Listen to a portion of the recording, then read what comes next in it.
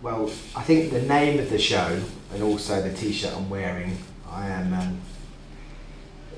a fan of Frank Bowling, who had a retrospective at the Tate Britain last year in sort of early summer, and I selected him as an inspiration because I've only really been doing abstract work in the last couple of years, and to be honest, he's been a major inspiration for that,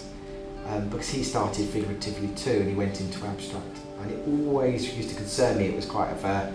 very elitist and very academic form of work, but actually the more I've looked at it, the more I see it's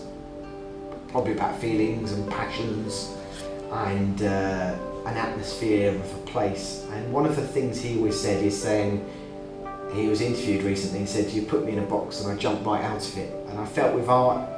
the art world or art history likes clean, clear boxes and likes things to be joined up in particular ways, and that you're always building on the past and progressing. Well, I don't think life's like that. There's random parts of it, and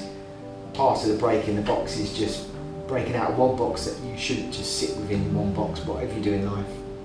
and continue to experiment and do interesting things, and don't be defined by how other people see you or how other people want to classify you, because they'll always simplify a model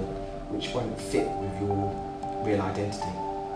So it's a bit about identity, a bit about, he was an inspiration not just in terms of his artwork, but also some of his thoughts and some of his commentary and his journey.